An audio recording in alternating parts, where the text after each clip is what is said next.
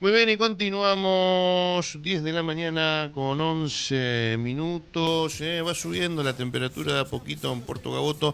Ahí ya te compartí en redes todo lo que se anticipa para el fin de semana en materia de clima. Bueno, como todos los jueves lo veníamos anunciando ya hace un rato.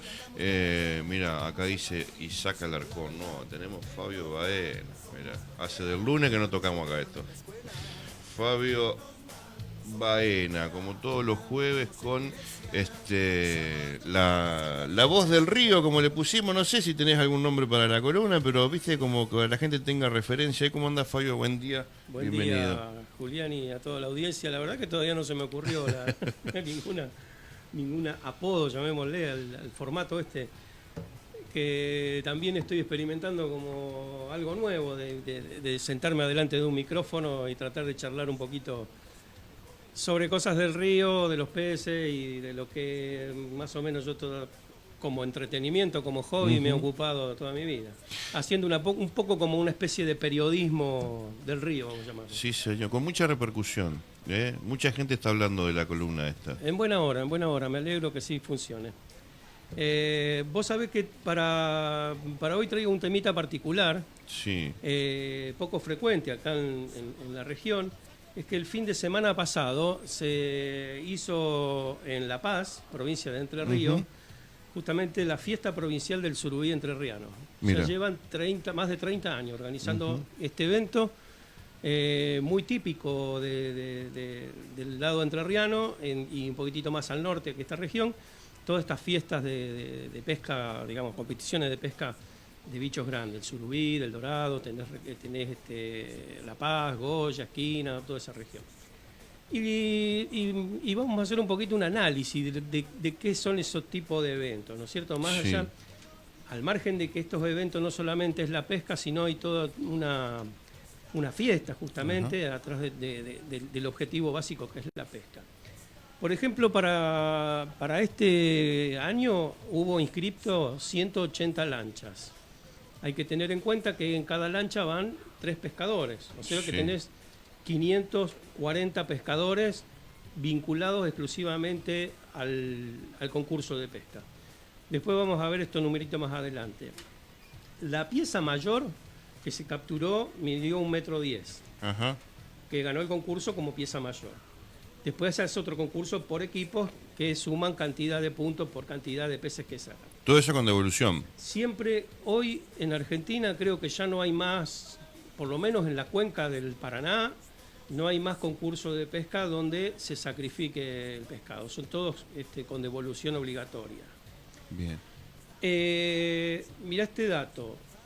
Por arriba de 50 centímetros, que es Sí. el tamaño del surubí que se computa, que tiene puntos, se sacaron 49 surubíes. Fíjate vos que significa que cada 4 lanchas, uno pescó un surubí.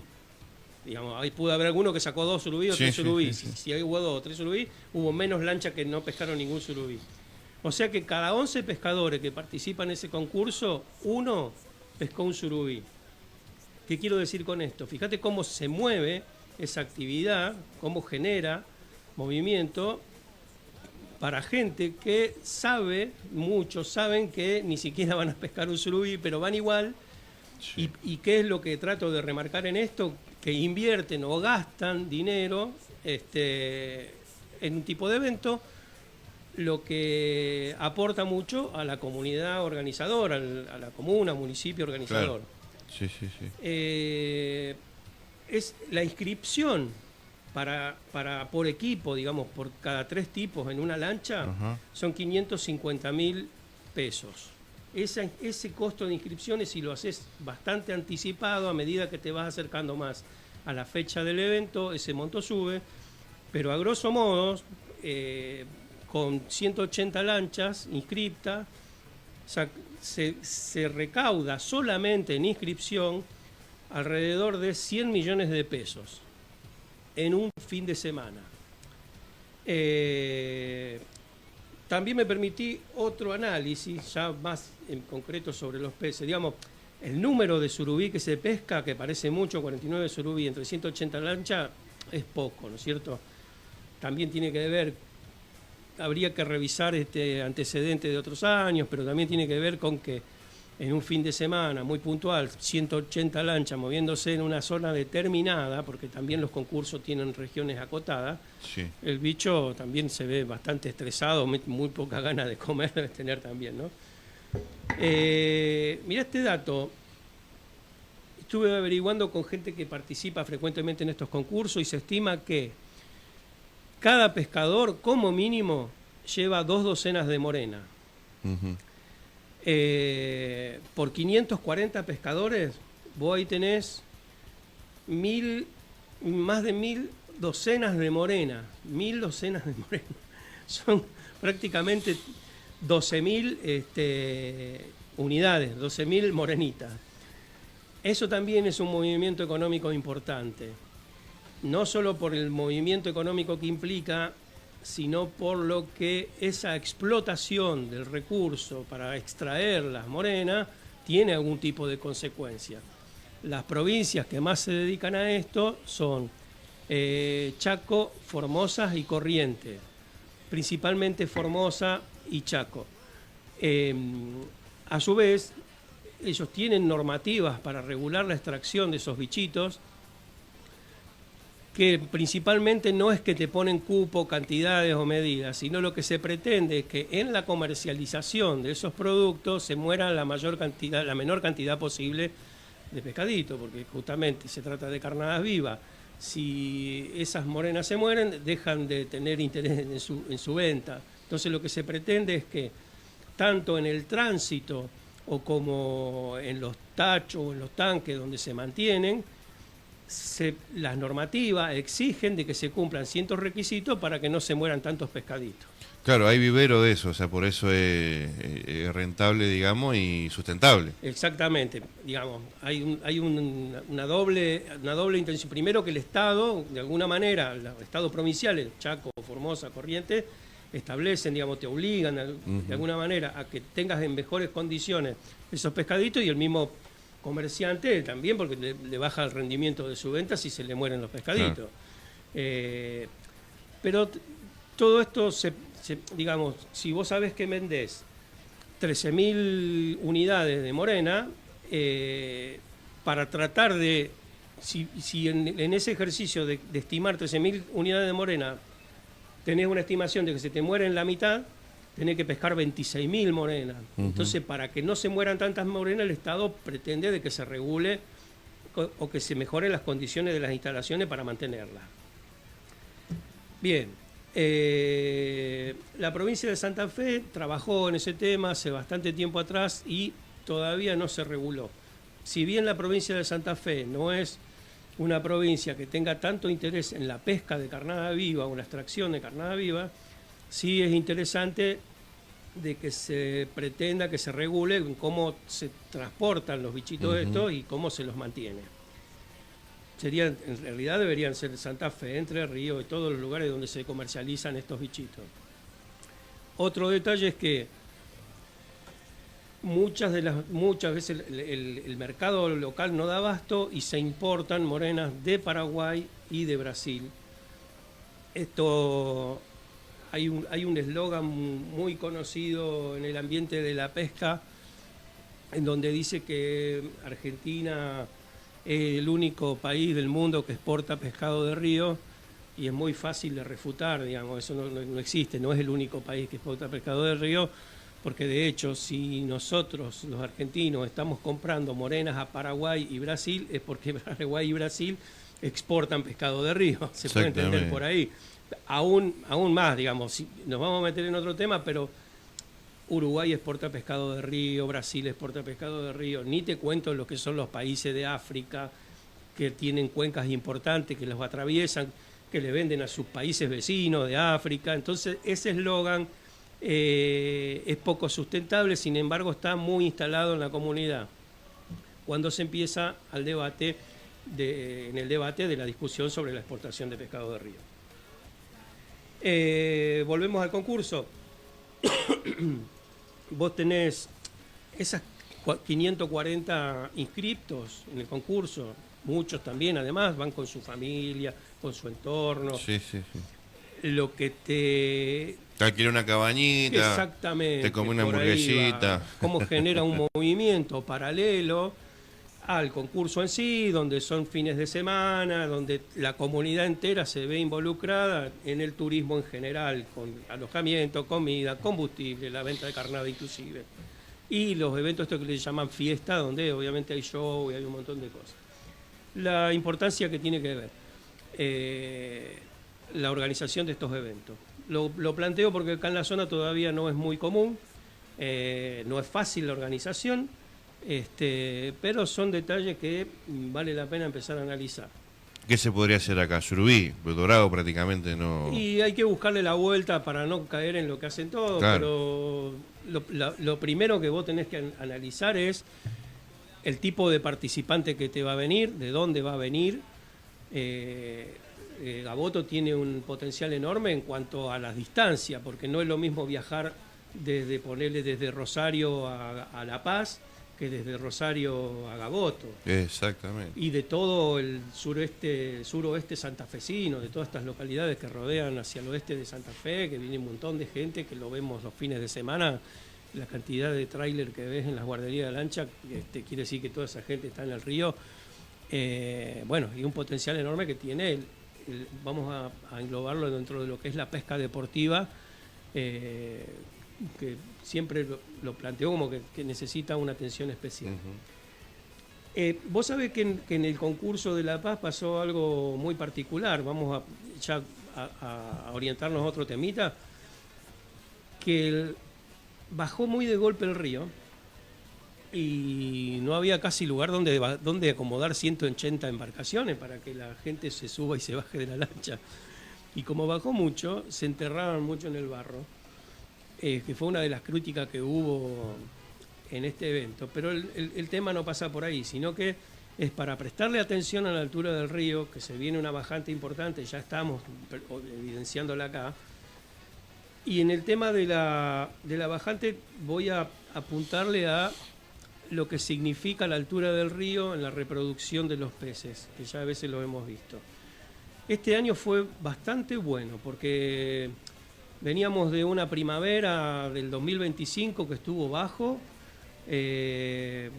Por debajo yo tomé como referencia el puerto de Santa Fe, no sé cuál es lo que se acostumbra acá en Gaboto. Yo vengo de Rosario y siempre miraba el puerto de Rosario, pero entiendo que acá se debe tomar mucho la gente el puerto de Santa Fe, que es lo que baja agua, digamos, más cercana desde la cuenca del Coronda.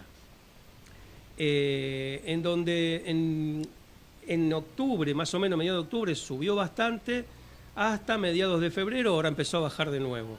Quiere decir que esa pequeña onda de agua que hubo entre mediados de octubre y mediados de enero fue muy favorable para la reproducción de los peces. Como ya he comentado otras veces, no necesariamente la reproducción en cierto modo se va a dar igual. Lo que mejora mucho con agua dentro de las lagunas interiores, los arroyos, es que los pescaditos chiquititos, los recién nacidos, logran mayor protección y el porcentaje de vida es mayor. Obviamente a futuro mejora las poblaciones. Siempre cuando analizamos la altura del río hay que mirar un par de años para atrás o proyectarse un par de años para adelante para que todo ese proceso reproductivo tenga incidencia en la talla, en el tamaño de los pescaditos que pueden ser pescados. Ah. Si miramos en el año, el verano, digamos, octubre, noviembre de 2023 a 2024, enero, febrero de 2024, fue muy bueno. Entonces, y este año también, el año pasado no fue muy bueno, estuvo bastante bajo en ese periodo, pero los larvitas, las crías, lo que se reprodujo este año tiene que ver con que hubo una buena creciente en el año 2023-2024, que es donde están los reproductores de este año que sostienen la población. Así que bueno, enganchamos un poquito la bajante del río con el tema del concurso de La Paz. Y en esta columnita del río no puedo olvidarme del Carcarañá, que hubo novedades, Sí. ya a la altura del jueves ya como que pasaron varios días, donde creo que los primeros días de la semana se expresó la provincia. Lamentablemente, lo digo de esta manera, se expresó a través de los medios, no apareció ninguna autoridad explicando las consecuencias de la mortandad, y de una forma muy escueta y previsible. Además, ya estaba en la opinión común, se entendía de que la mortandad iba a ser tal como lo expresaron, de que no encontraron ningún fitosanitario, que la carga de bacterias provocó la falta de oxígeno, digamos, era una salida lógica, previsible. Y triste, digo yo, desde el punto de vista de que se tiró a los medios sin mayores datos, un tema que fue de bastante resonancia, y eso se refleja revisando los distintos portales, distintas redes sociales o portales de noticias, en la opinión de la gente. Es como que No les cree la no gente. le cree, exactamente, che.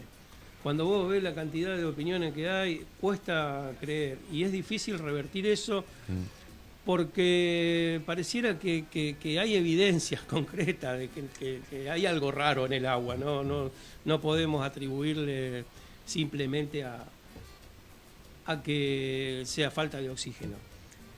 Estuve profundizando un poquito sobre el tema, que yo también ya lo dije. Si lo que requiere esto, para hacer un verdadero análisis, no hay que esperar que se mueran los peces, digamos.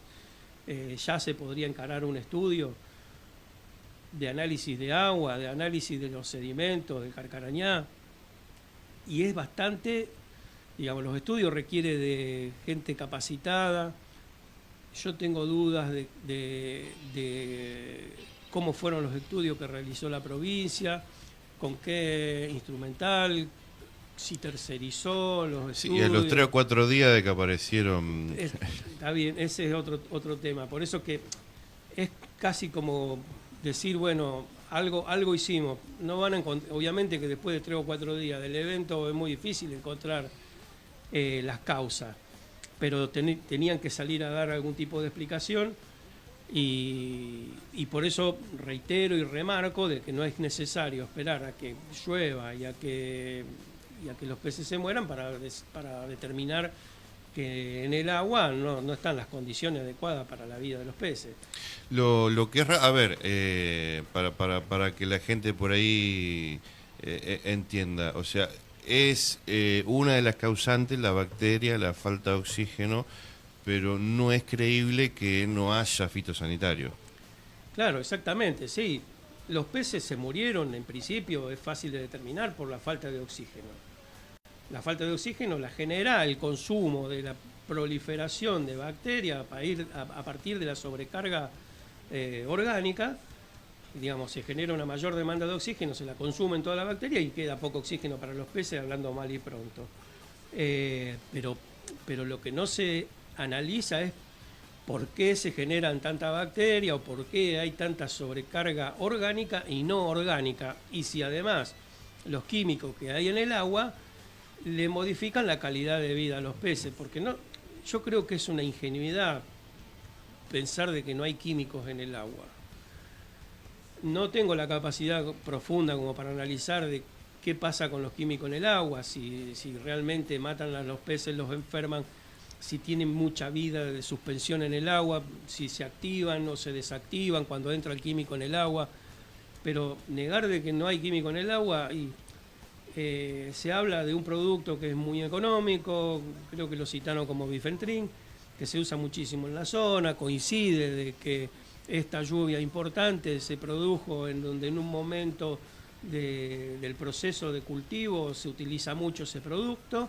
Entonces los razonamientos simples te llevan a que hay una alta probabilidad de que en el agua entró ese producto y modificó las condiciones de los peces, digamos, la condición de vida de los peces. Hacer un ensayo serio requiere de un tiempo bastante importante, de tomar muestras en distintos puntos de sedimentos, no necesariamente del agua, sino lo que está depositado en los barros del fondo. Tenés que tomar, no sé, 20, 30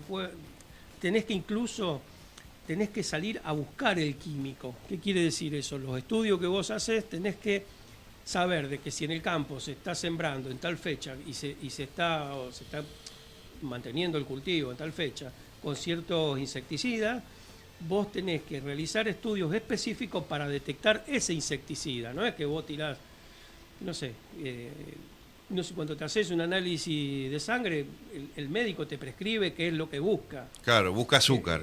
¿Qué sé yo? Es así. Entonces acá tenés que hacer lo mismo. Vos tenés que ir a buscar ciertos químicos, entonces los ensayos que tenés que hacer, tenés que ir a buscar esos químicos. Así que... Claro, porque después te aparece el ingeniero agrónomo, te aparece el productor agropecuario tratando de defender su postura y dice, no, pero cualquier cabeza, che, si vos lo echás a algún lado va. No queda concentrado ahí en las 10 hectáreas que tiene el productor. A algún lado se va ese veneno. Y sí, más con los métodos de siembra nuevos que hay ahora. Claro, con la siembra directa. Que vos tenés una capa prácticamente aisladora, donde el producto que no queda en la hoja de la planta, cae al piso, se lava, se escurre, todo esto, estas cavas o canales, digamos, que cuando el campo se sobrecarga de agua deriva esos drenajes van al río. Digamos, hay métodos para analizar lo que se le llama la mancha de, imaginemos, ¿no? Una mancha blanca en el agua, no es así, pero se puede imaginar que cuando descargan cada uno de esos drenajes, claro, aparecen esas manchas y vos la podés ir siguiendo agua abajo en el periodo del tiempo, en donde si a vos se te mueren los peces en San José de la Esquina, no tenés que ir a analizar el agua ahí, sino que la tenés que venir a analizar a Cagaboto, por ejemplo, a los 3 o 4 días. Yeah. Porque el contaminante, si cayó al agua, no se va a quedar allá con la velocidad que corre el río. Digamos, hay cuestiones que,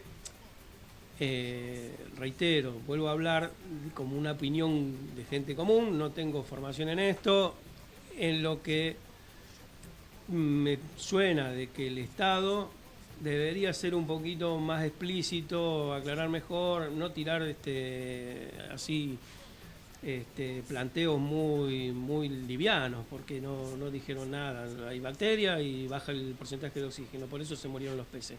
Es difícil creerlo y eso se nota en la opinión de la gente cuando vos lees esos informes.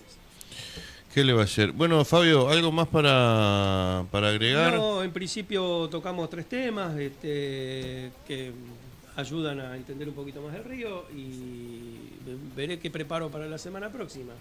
Bueno, gracias y cualquier cosa estamos ahí, estamos al habla. Recordame las redes. El otro día me preguntaban por el tema de la figurita. Recordame. Bueno, si querés algún día vengo y hablamos en particular de la figurita, porque no son solamente stickers que se pegan en una hoja, sino que hay un montón de información complementaria, que era el objetivo mío de ese álbum de figurita, de que no quede, digamos, es un objeto efímero. La figurita uno arma, las pega y chau, quedó tirado en algún lado, sino que además ese álbum de figurita sirva como un objeto de consulta, donde podés ver la distribución de las especies, dónde están. Y bueno, algún día podemos hablar un poquito de todos esos conceptos, y también es un trabajo que hice con apoyo de instituciones importantes como el Instituto Nacional de Limnología, que está en Santa Fe, que es un ente del CONICET, que ya sabemos lo que está pasando el CONICET con esta nueva administración pública, y sin embargo hay gente que le sigue poniendo el pecho a su laburo porque lo hacen con pasión, y recibí apoyo de esa gente para este trabajo que hice. Y cómo se puede ver, yo tengo un Instagram y un Facebook que se llama Guía Peces Paraná, todos juntos, Guía Peces Paraná, y ahí se puede ver que subo información permanentemente. Todos los fines de semana subimos algo. Por ejemplo, ahora subí una publicación que se está buscando el patí de aletas negras, un bichito que hay acá, se lo ve poco. Algunos lo llaman, en los concursos lo llaman patimonja, otros lo llaman paticanal. Es un paticito chiquito, se le dice patí porque justamente es un bichito que no tiene chuzas en las aletas, como el patí, es de aspecto muy similar, es un poquito más grisáceo y tiene las aletas curiosamente negras. Ese bichito todavía no está bien definida a qué especie corresponde, y acá en la zona se lo pesca chiquitito, de 30 centímetros, pero en el norte se suelen sacar bichos que superan los 6, 7 kilos. Mira. Entonces no está bien definida esa especie, y junto con el Laboratorio de Biotecnología del Acuario de Rosario y esta gente que acabo de nombrar del Instituto Nacional de Limnología, que está en Santa Fe, se está haciendo un trabajo para poder definir esa especie. Entonces, apostamos a la comunidad a través de, yo hice una publicación en el Instagram, a que colabore. Si captura uno de esos pescaditos, hay que congelarlo y de alguna manera lo hacemos llevar al Acuario de Rosario, donde ahí en el Laboratorio de Biotecnología se pueden hacer estudios genéticos, que hoy en día el estudio genético, comparando, digamos, los genes de un pescadito con otro, se puede determinar más fácil si corresponde a cierta especie o no.